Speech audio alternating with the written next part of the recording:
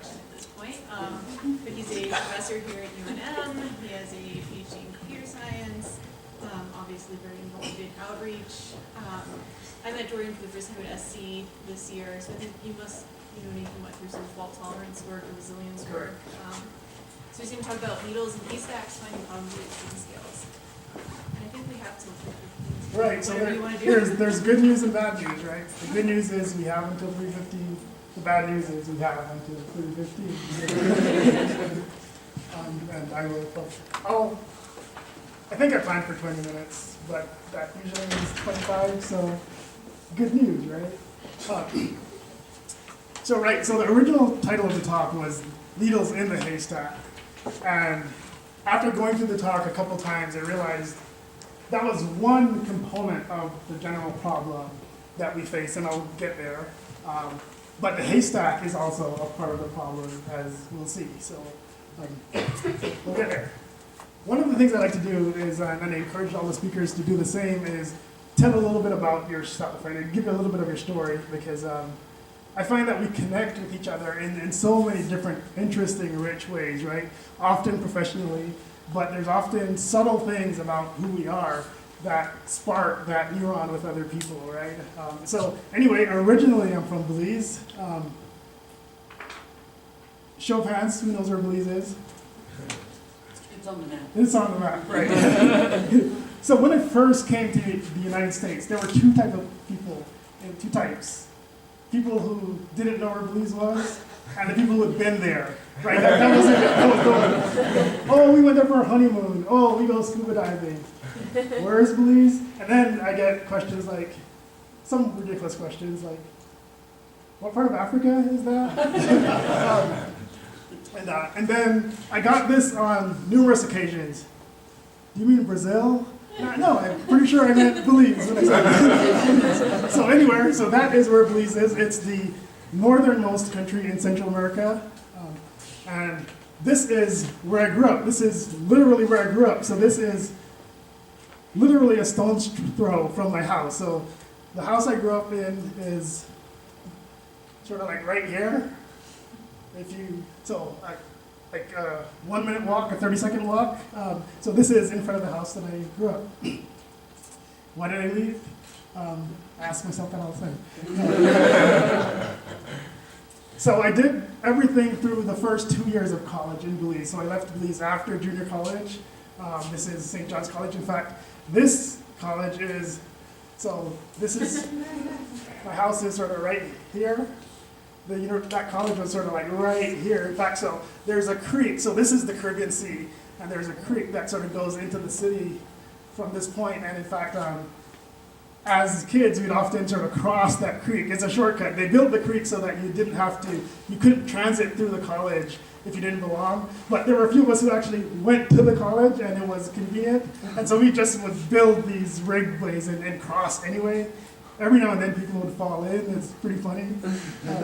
Not for them, but for those who were watching. So I did the first 2 years of college in Belize, and then I transitioned to Regis University in Denver, Colorado. Anybody ever hear of Regis University? Karen? So it's a Jesuit college. In fact, this was also a Jesuit college, and that was a part of the connection that got me there. I got a scholarship to study math. For those of you who heard the story last night, I also then picked up computer science while at Regis. And then from there, I transitioned to the University of Tennessee to do a master's in computer science. And this is fortuitous. So if you heard the story last night, you realize there's a lot of serendipity in things that have happened to me. This is another part of that. So has anyone ever heard of Dollywood? A couple people. So Dollywood is like Disney World, right? Or a little region of the Southeast, I guess. It's in Tennessee. It's a theme park named after and owned by Dolly Parton.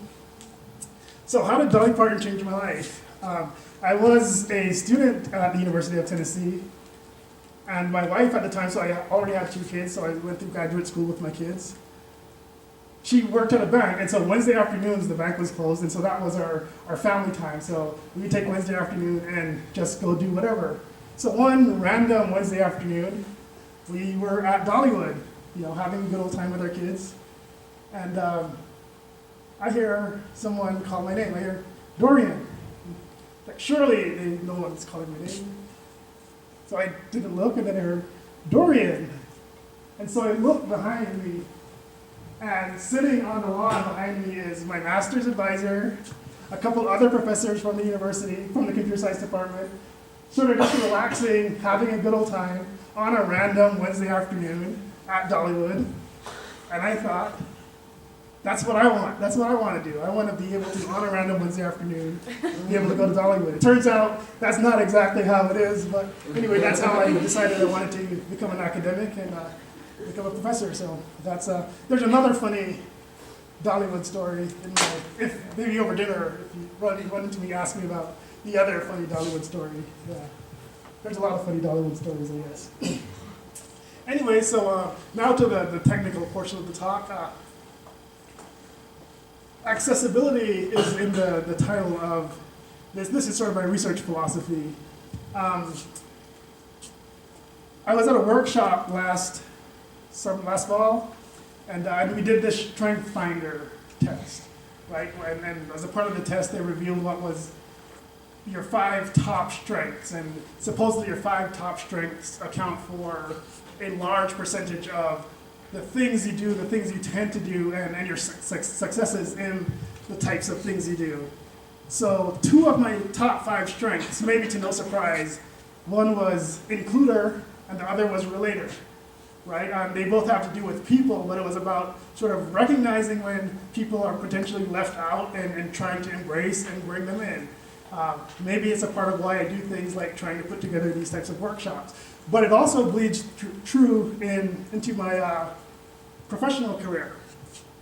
One of the things I try to do in high-performance computing is, as you'll see, I deal with primarily what we call system software.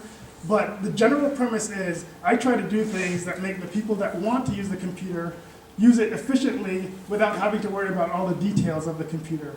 Right? So these high-performance computing systems. So for example, in Jin's talk, he talked about all these different types of applications and usages of high-performance computing systems.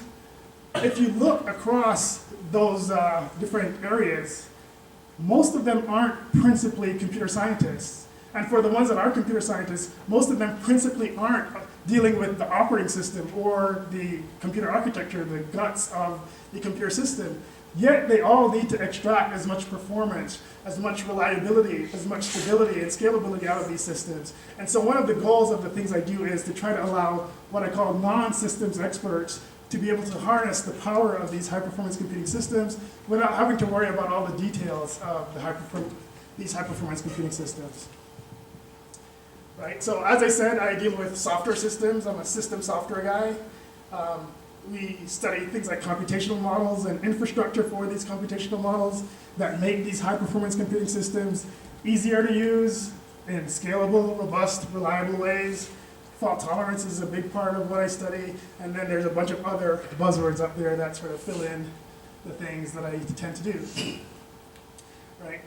This is, in fact, so Jin's slide would have been a better version of this slide. This is just a few of the things, the types of areas that people want to study using powerful computing systems, right? The point here is there's a tremendous range of opportunities and challenges in this field that we're currently calling exascale computing, right? So the idea is we're trending towards building an exascale class computer, right? That means the computer has an exaflop worth of computing power. Exa is 10 to the 18, so the idea is these machines should be able to do 10 to the 18 floating point operations in a single second.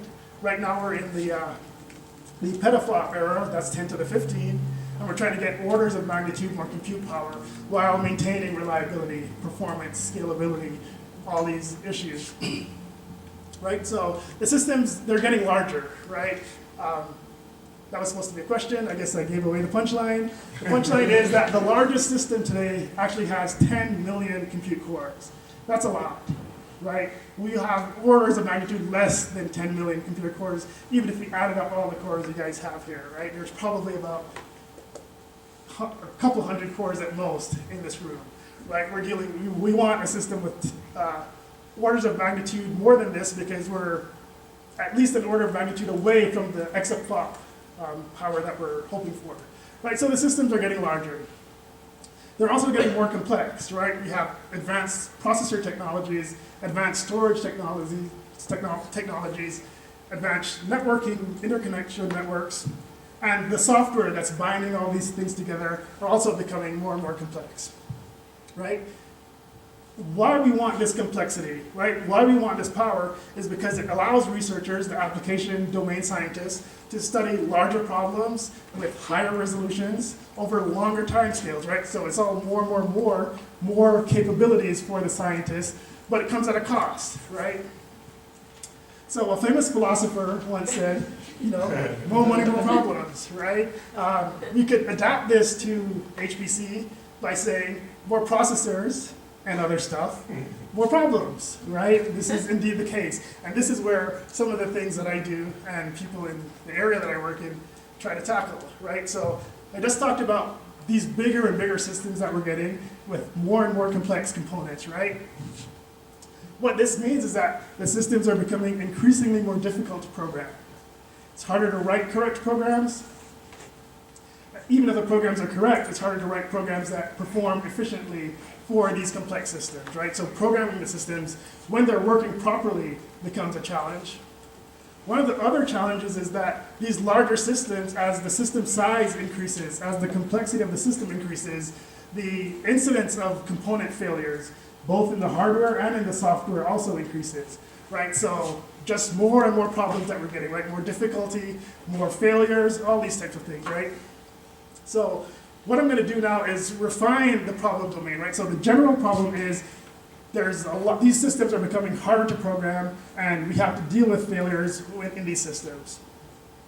There's a variety of tools and different software concepts, techniques, and realizations, implementations of these techniques to do generally two things, right? Actually, principally one thing. We want to be able to analyze hardware and software, right? We want to analyze them to understand how they're performing, how they're functioning, when they're not functioning or performing the way we want to, why aren't they, right? So there's this entire class of problem diagnostics that come from these complicated, huge systems that we want to deal with because we're trying to extract exascale computing power from them. 4 general classes of tools, and this is not all of them, but this is 4 broad classes.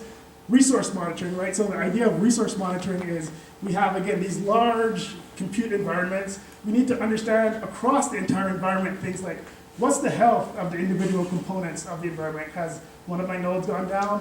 What is the utilization? What's the workload distribution across the systems, right? What parts of my system are busy? What parts of my system aren't busy? Right? All these sorts of things. What are the performance metrics that these systems are generating, right? So for example, in Karen's talk, she talked about load balancing. One of the things that you need to understand if your system is properly balanced is how are the individual components performing, right? It helps you understand whether the load is properly balanced, and if not, how you might want to remediate or mitigate the imbalance that you have. Performance analysis in general is this idea of looking across a large hardware or software system, trying to understand, again, things about its performance, right? So is it functioning or performing the way I want it to perform? If not, why not? And what might be some of the things that I can do to remediate issues with performance?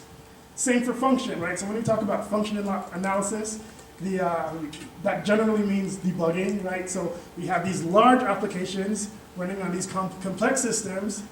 Every time we increase the order, the scale that we're running on, these programs exhibit new and different behaviors that don't show up at smaller scales. So a new class of problems come up every time we increase the scale.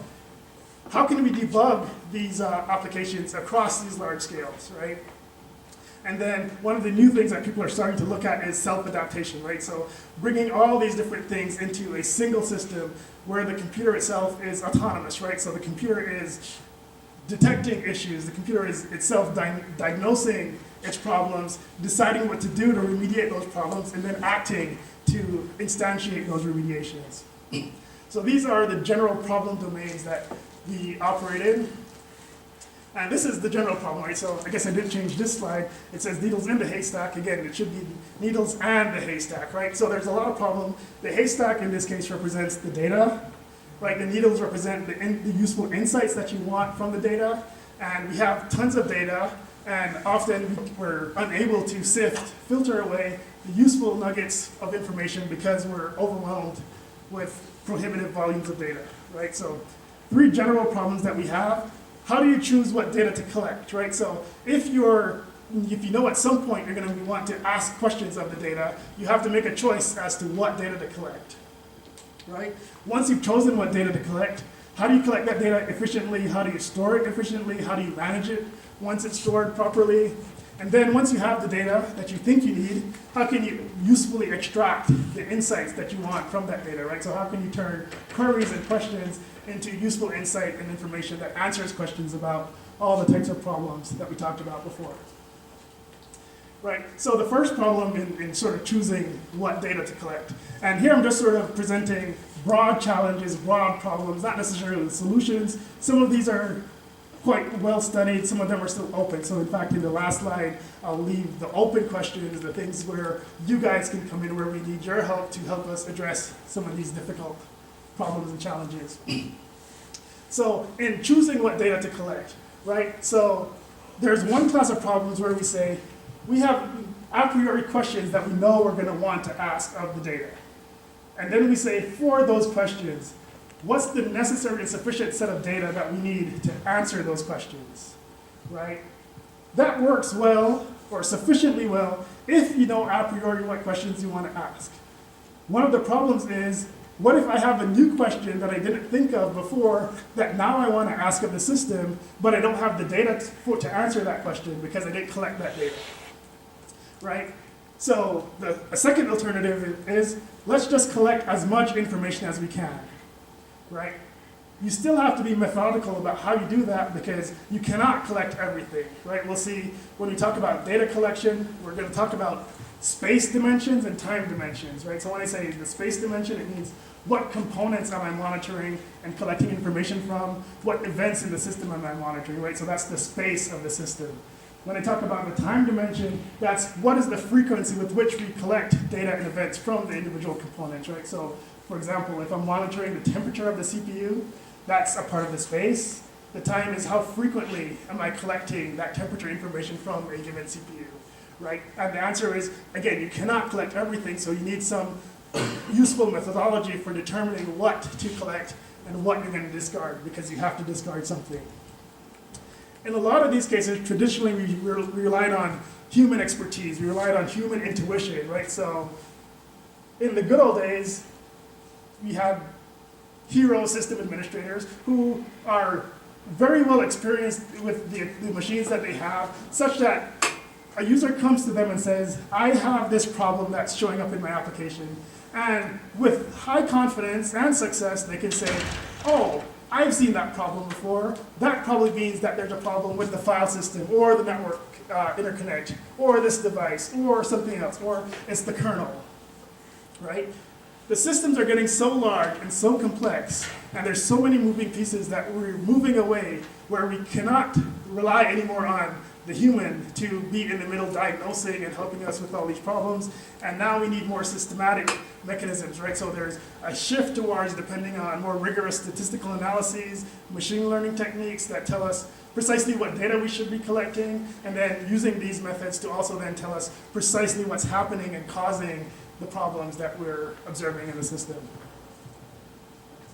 right? The second goal is, or a second challenge is the data collection and management, right? So once you've decided what to collect, what time scale and what space scale you're interested in, you still need low overhead mechanisms to affect that collection, right? And so this slide just speaks to those sorts of things, right? You want low-level mechanisms to instrument the hardware and the software to collect that information, right? Even though these are useful things that we're doing here, to the application programmer that's wanting to use the system for useful science, these things are still getting in the way, right? This is what they call overhead, right? This is not the primary use for the machines. This is a secondary at best usage of the machines, right? And so even though we're acting on behalf of the application, helping them use the system more efficiently, we still have to leave as minimal a footprint as we can on the system, right? I'm gonna skip through, well, I'm not. this is just not a deep dive, but a deeper dive into this particular problem of managing data collection properly. The reason I'm not going to skip it is because it's a little bit of the stuff that we do here at UNM and things that we've done in the past. And so this mini project that we're doing here, the whole idea is to reduce the data volumes without reducing the useful information that's contained in that data, right? The central premise of this work is that even when you have large systems running applications that are comprised of many, many processes, and by many you mean thousands, tens of thousands, even hundreds of thousands of processes, often those software components and the hardware components are behaving similarly, right? So for those of you who've done MPI programming, often you use what we call this SPMD model, right? You have a single program, multi-data model, which means there's a single set of instructions that we're running across different data on different machines. You hope the processes that comprise your application then, in the base case, are mostly doing the same thing. Maybe not at the same time, but effectively they're running the same program, right? And so the assumption and the premise that we exploit and leverage here is that even in these large systems, you're expecting a small number of different behaviors amongst the components of the system. And what that allows for is reducing the data by finding equivalence classes of behaviors in the system, right? Behaviors often are similar over the space of the system, like for example, across processes, many processes will exhibit the same behavior, and behavior is often similar over time, right? So the same process over time might be exhibiting the same behavior, right? It might be in a tight loop, executing instructions in that loop over and over again. So if I look across a time scale, I'll see periodic behavior that I could potentially compress and represent the behavior of that entire loop with simple data, right?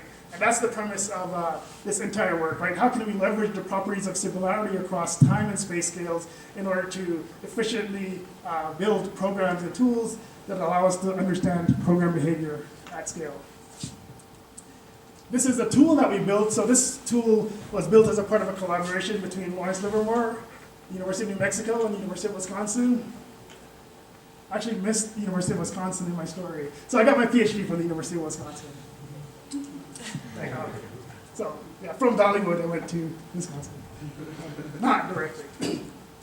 Right, so the idea behind this tool is it leverages exactly the features that we talked about before, right? So it's called the stack trace analysis tool, and the name suggests that what we're doing is we're using stack traces. So a stack trace is just a function call chain, right? It tells us for a particular process the series of functions that that process is called. We're using stack traces to represent the behaviors of processes. We're looking at stack traces from processes over time to represent the behavior of those processes over time. And then we're comparing stack traces from different processes to understand across the space dimension how behavior of the processes are changing.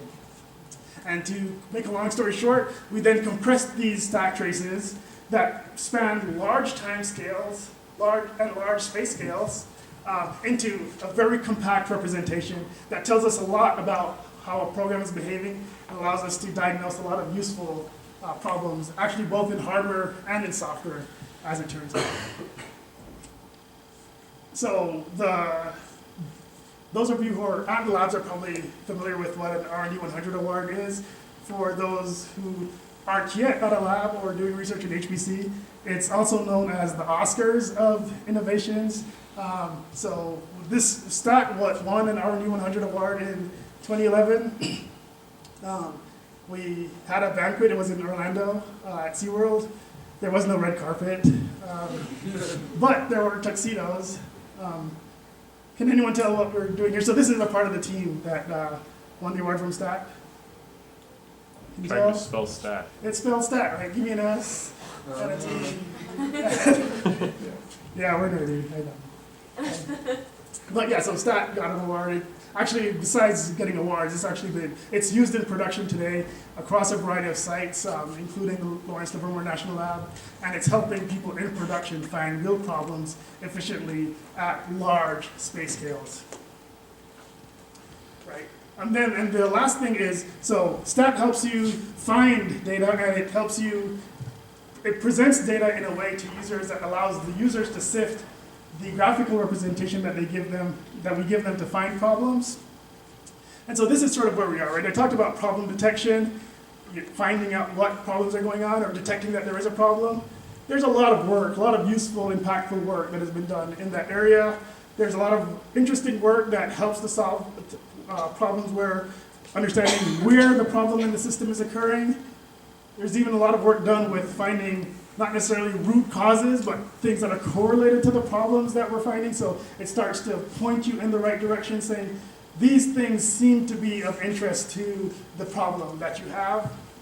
Right? We're still a long way from, in the general case, being able to do automatic root cause analysis, having the computer system tell you, this is your problem, and this is why you're having this problem, right? So this is a very open area, rich with opportunities. And then this is a very, very wide open area, right? So even if I tell you exactly where the problem is, there's still a challenge of how do you fix the problem, right?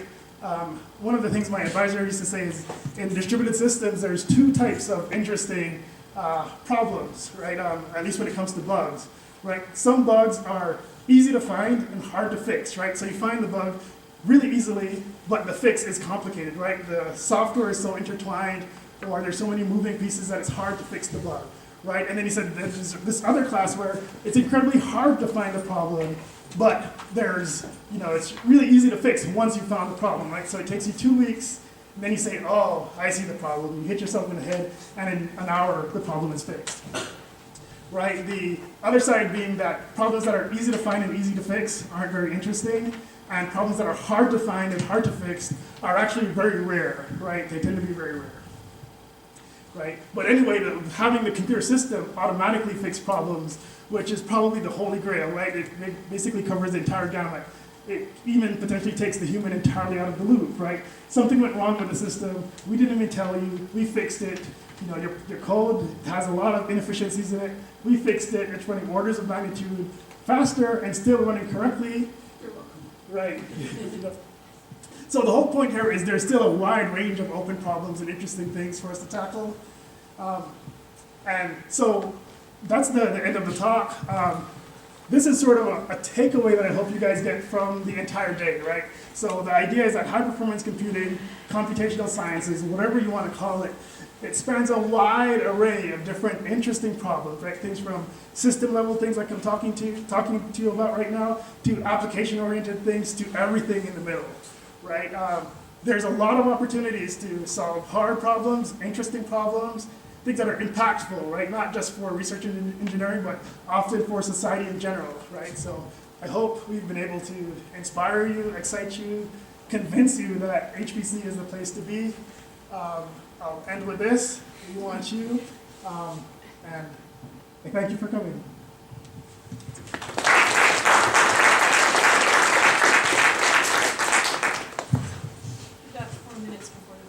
Oh, I had 4 more minutes. No, just kidding.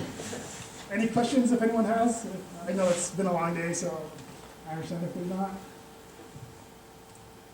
And most of us are here for the dinner and around, so feel free to stop if anyone else. One of the things that I maybe said, maybe not publicly, use this opportunity to engage the speakers that are here, right? We're all here. I don't mean to use the term lightly, but this is a safe zone in some way, right? Ask us anything about careers in HPC, education in HPC, maybe education outside of HPC. There's a variety of different challenges you're going to face throughout your careers, some technical, some professional, some otherwise. If you want to seek advice, all the speakers here are here for you, right? That's why they take time out of their busy schedule, so leverage them. You often don't get opportunities like this, so use it to the fullest. Again, thank you.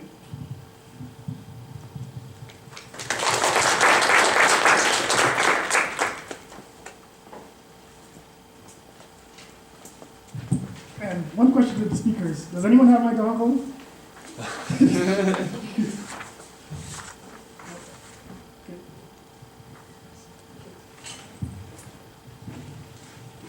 One thing I wanted to mention in my talk, I was talking about a lot of really features that were added in Fortran language pretty recently, and people oftentimes have a hard time getting access to them because they might be on a system that has an old version of the compiler that they're using, or maybe the compiler doesn't support those features yet.